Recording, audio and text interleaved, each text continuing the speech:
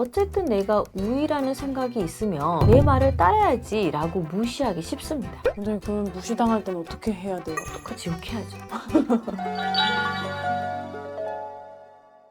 원장님, 네. 저는 결혼 전이라 아직 잘 모르겠는데 제 친구는 남편이 어느 순간 자기 의견을 무시하는 것 같다고 좀 불평을 하거든요. 이런 커플들 사례들 많이 보셨나요? 많은 분들이 고민하는 문제예요. 바로 무시하는 배우자에 대한 건데요. 무시당하는 걸 계속 참는 건 사실 성격이 좋아서 그런 거죠. 그런데 이걸 악용하는 배우자가 있다면 어떨까요? 한두 번 참아주면 만만한 사람이라고 여기면서 더 심하게 무시할 수 있습니다. 그것도 재밌는 점은요. 무시하는 배우자라고 하면 주로 남편을 떠올리시는데 제가 상담하면서 발견한 건요. 사실은 이게 성별에는 관계없이 발생하는 문제라는 거예요. 남편이 아내를 무시하는 경우도 있고 아내가 남편을 무시하는 경우도 정말 많거든요. 한 40대 남성 내담자는요. 제 생각은 늘 부차적이고 아내가 모든 걸 결정을 내려요. 제 의견을 말하면 당신이 뭘 알아 돈도 못 벌면서 이렇게 일축해버린대요. 또 어떤 30대 여성 내담자는요. 남편이 제 커리어 고민을 들을 때마다 그냥 집에서 애나 봐 라고 말해요. 그래서요. 이런 사례가 정말 많은데요. 오늘은 무시하는 배우자를 단 한마디로 효과적으로 대화하고 그리고 각자의 성향에 맞춰서 대처법도 알려드릴 테니까요. 누구나 자신에게 맞는 소통 방식을 찾을 수 있을 거예요. 끝까지 함께 해주세요. 원장님, 시작하기 앞서 배우자가 왜 이렇게 무시를 하는 거예요? 연애할 때는 안 그랬는데 왜 결혼만 하면 사람이 바뀌는 거예요? 좋은 질문입니다. 배우자가 무시하는 데는 주로 한 3가지 이유가 있어요. 첫 번째는요. 공감 능력이 부족해요. 부부라고 다 내 감정을 알아주는 거 아니거든요. 돈 못 버니까 넌 살림이나 해. 이런 말에는 상대를 위한 배려가 하나도 없잖아요. 제가 상담한 30대 부부인데요. 남편이 아내에게 너는 그런 것도 모르냐라고 자주 말했어요. 근데 알고 보니까 남편은 농담으로 한 말이라고 했지만 아내는 깊이 상처받고 있었죠. 근데 생각보다 이런 경우가 많아요. 장난으로 한 말이다. 이렇게 얘기하는 남편들이 많거든요. 근데 듣는 사람은 그게 장난으로 들리지 않죠. 저는 이거를 뼈 있는 농담이라고 하거든요. 농담도 뼈로 맞으면 아프겠죠.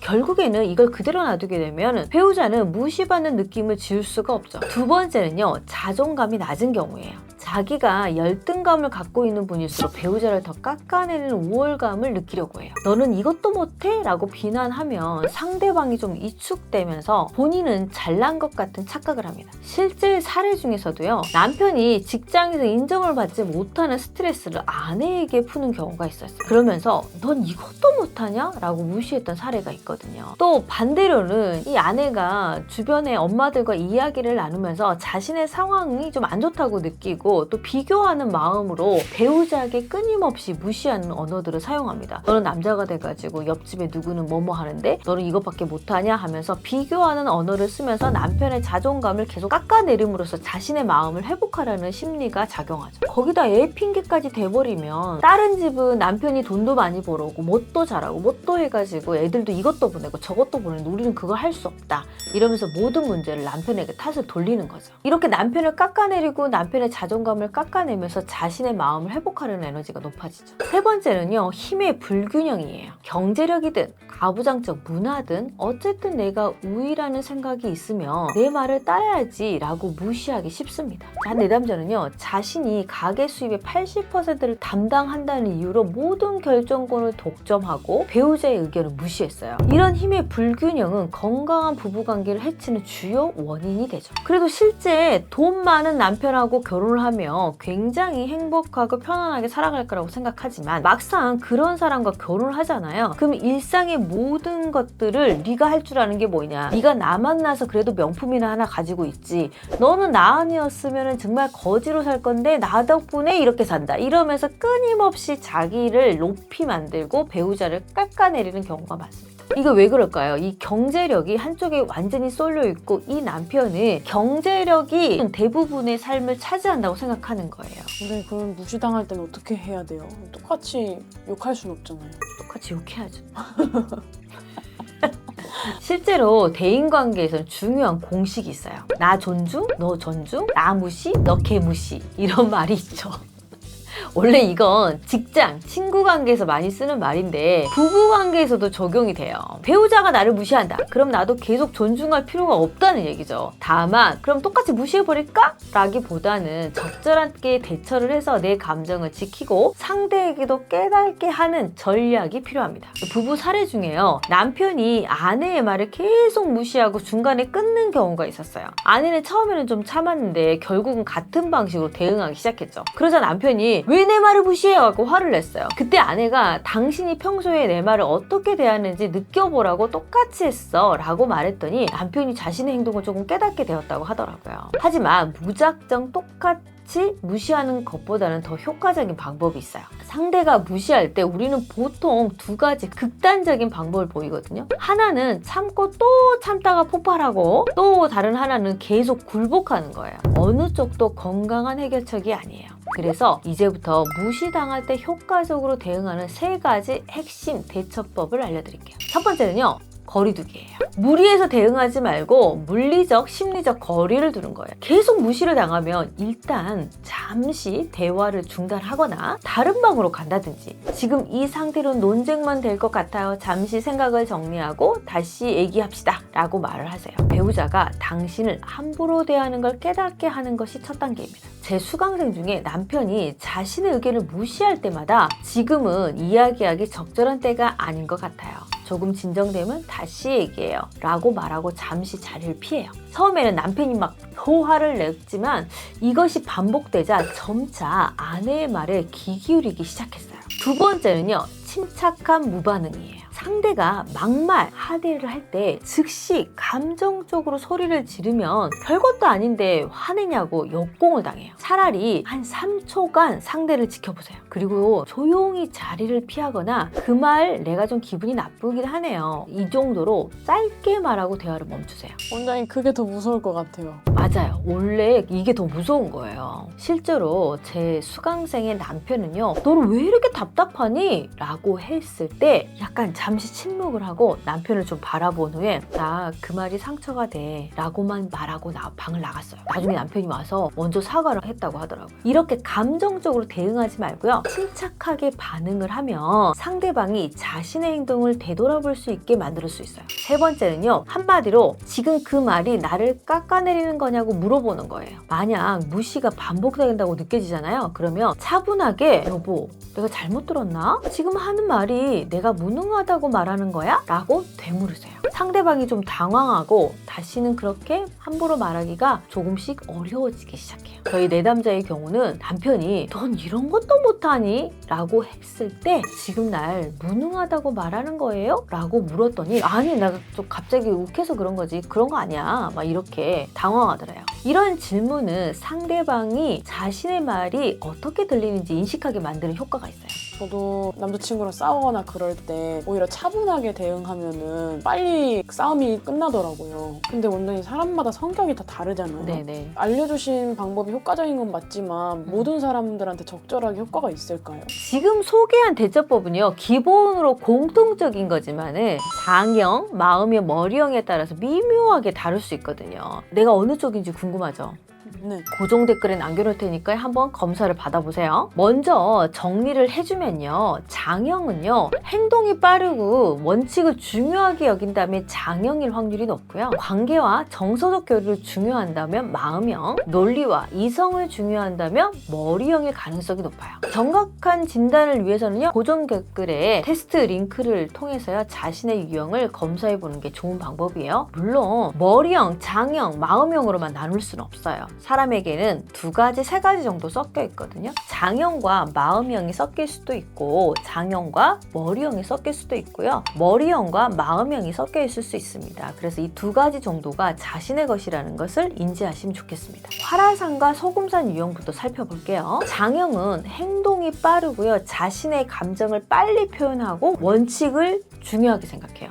욱할 때 폭발하는 경향이 있죠. 배우자가 무시할 때 욱 해서 감정적으로 막 받으면 싸움만 커집니다. 대신 말을 좀 예쁘게 해주면 좋겠어, 듣기 좀 거북하다 와 같은 식으로 직설적이면서도 좀 공손한 메시지를 주는 게 효과적이에요. 특히 화라산 성향의 내담자분이 있었는데요. 남편이 넌 요리도 제대로 못하냐라고 했을 때 당장 화를 내고 싶었대요. 대신 그런 말은 좀 듣기 불편하다, 좀 더 나를 응원해주고 지지해주면 내가 좀 더 잘할 수 있을 것 같아 라고 차분하게 말했더니 남편이 자신의 말투를 인식하고 사과를 했다고 해요. 알죠? 화내는 사람이 화를 안 내면 더 무서운 거. 소금산 성향인 분은요, 원칙과 예의를 중시하고 완벽주의 성향이 있어요. 이런 분들은 책임과 예의를 강조하는 접근법이 효과적이에요. 서로 예의를 지켜야 관계가 좋아진다는 식의 논리로 어필하는 거죠. 자, 예를 들어 자기야, 서로 존중하는 게 가족의 기본이라고 생각해. 내가 당신을 존중하는 만큼 당신도 나를 좀 존중해줬으면 좋겠어 라고 말하는 거예요. 이렇게 원칙과 예의를 강조하면 소금산 성향의 분들이 좀 더 편안하게 자신의 입장을 표현할 수가 있어요. 근데 이들은 이 표현을 할 수 없는 게 이 욱하는 감정이 되게 되면 너나 잘해, 너도 그렇게 하잖아 식은 공격적인 언어를 자꾸 사용하기 때문에 이런 언어가 어렵게 느껴지는 거예요.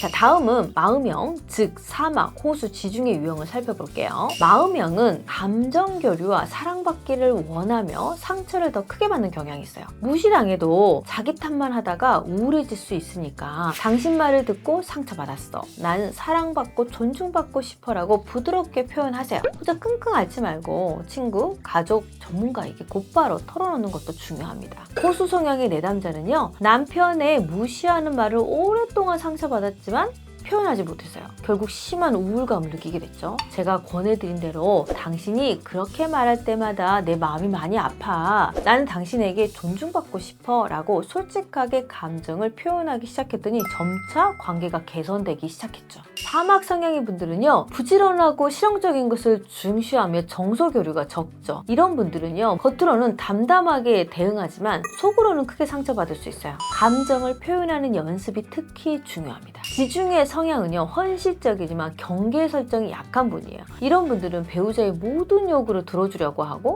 자신의 감정 뒤로 미루는 경향이 있죠. 내 감정을 대화 초기에 알리는 습관을 들이는 게 중요해요. 자신도 원하는 게 분명히 있다라는 것을 전달해야 됩니다. 방금 말씀해주신 마음형 같은 경우에는 마음이 좀 혼자 잘 다치시겠어요. 맞아요. 이들은 마음이 자꾸 슬퍼지는 경향이 있어요. 그래서 상처를 많이 받죠. 다른 사람들은 스크래치 정도 난다면 이 마음형의 유형들은 상처가 패일 수 있을 만큼 깊이 상처받는 경우가 많습니다. 그래서 마음형인 배우자가 내가 살고 있다면 그 마음이 다치지 않도록 도와주는 것도 중요하지만, 내가 마음형이라면 내 마음을 단단하게 해서 상처받지 않도록 힘을 키워가는 것도 중요합니다. 자, 마지막으로는 머리형, 즉 미로, 와이키키, 에베레스트 유형을 살펴볼게요. 머리형은요, 논리와 이성을 중시하거나 와이키키처럼 즉흥적이거나 에베레스트처럼 고집이 있는 특성이 있어요. 이런 머리형들은 상처받는 말을 들었을 때 내가 논리적으로 접근해서 대화를 하는 게 중요해요. 선은 이렇고 후는 이런데 그런 말씀을 하시는 이유가 뭘까요? 라고 질문을 던지는 거죠. 그러면 상대는 논리적으로 접근할 때 당황할 수밖에 없어요. 그러면 그런 뜻이 아니다라고 얘기를 할 때 그냥 넘어가지 마시고 다음에는 저에게 하고 싶은 말이 있으면 꼭 정확하게 말씀을 해주시면 좋겠습니다 라고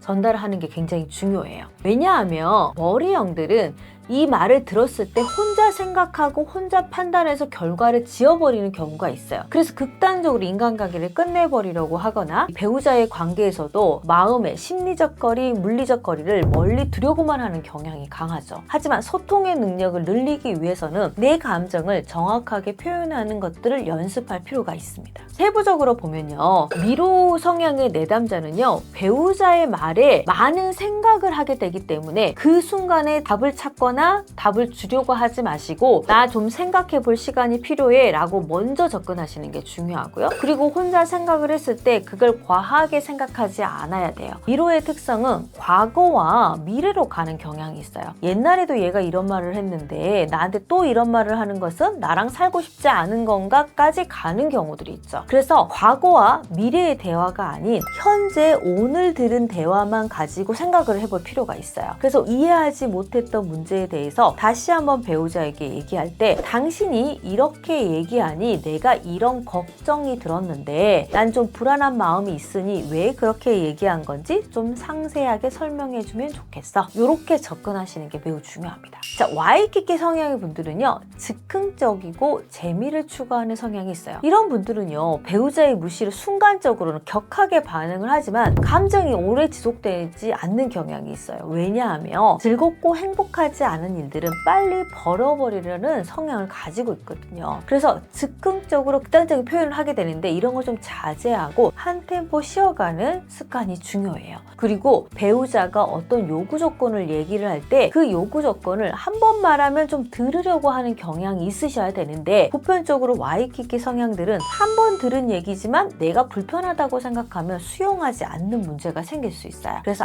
내 배우자가 같은 얘기를 두 번, 세 번을 했을 때는 한 번쯤 이게 굉장히 불편하구나. 내가 바꿀 수 있는 문제인가? 내가 좀 도움을 줄 수 있는 문제인지 한번 생각해보고 답을 주는 것이 굉장히 중요하고 혹여 내가 할 수 없는 문제라고 생각이 되었을 때는 그거는 난 도저히 할 수가 없으니 이 부분은 당신이 하는 게 좋을 것 같아. 그 대신 내가 이 부분 정도는 내가 좀 더 열심히 해볼게. 내가 할 수 있는 것을 말을 해주는 게 좋습니다. 에베레스트 성향의 분들은요, 논리와 지식을 중요하고 때로는 지적 우월감을 보일 수 있어요. 배우자를 무시하려고 하는 것이 아니지만 내가 아는 것을 막 설명해주고 싶은 마음이 굉장히 많고 배우자가 조금 틀린 지식을 갖고 있다고 생각하면 그걸 논리적으로 반박하고 싶은 충동이 굉장히 강하게 일어날 수가 있어요. 그래서 논리를 중시하는 대화를 하되 감정적인 부분도 고려하는 균형이 필요해요. 예를 들어 아니 어떻게 그런 것도 몰라? 그걸 어떻게 그렇게 생각할 수가 있어? 이런 표현들은 자제하는 게 중요하겠죠? 당신이 그렇게 알고 있었구나. 근데 우리 이거는 같이 한번 의논을 찾아보면 좋을 것 같아. 나는 이렇게 생각하고 있었거든. 그렇게 해서 내 생각을 얘기하는 연습을 하는 것이 중요합니다. 자, 오늘은요, 무시하는 배우자 대처법과 성향별 맞춤 솔루션에 대해서 말씀을 드렸는데요. 좀 핵심을 정리해 드리도록 할게요. 무엇보다 중요한 건요, 무시당하는 걸 계속 참아서는 안 된다는 거예요. 그렇게 되면 배우자의 관계가 계속 불평등해질 뿐이에요. 자, 한두 번 이해해 줄 수는 있지만 반복되면 지금 그 말이 나를 무시하는 건지 꼭 확인 질문을 할 필요가 있습니다. 제가 10년 동안 부부 상담을 하면서 발견한 중요한 패턴이 있어요. 초기에 적절하게 대응했던 부부들은요, 장기적으로 더 건강한 관계를 유지해요. 반면에 계속 참기만 했던 부부들은요, 결국은 큰 갈등으로 번지는 경우가 많아요. 자신이 장형, 마음형, 머리형 중에서 어떤 성향인지 좀 파악하면 효과적으로 대처할 수 있습니다. 마지막으로 이런 노력에도 상황이 개선되지 않고 불편하다면요, 전문가의 도움을 구하시는 것이 제일 좋은 방법입니다. 부부 상담을 통해 서로를 더 깊이 이해하고 건강한 소통법을 배울 수 있어요. 자, 오늘 내용이 도움이 되셨다면 좋아요, 구독을 눌러주시고요. 배우자의 무시 때문에 고민이 깊으신 분들이 있다면 댓글을 남겨주시고요. 이 문제로 고통받고 있다면 혼자 해결하려고 하지 마시고 전문가의 도움을 받으시면 좋겠습니다. 지금까지 부부의 결사 정다운이었습니다.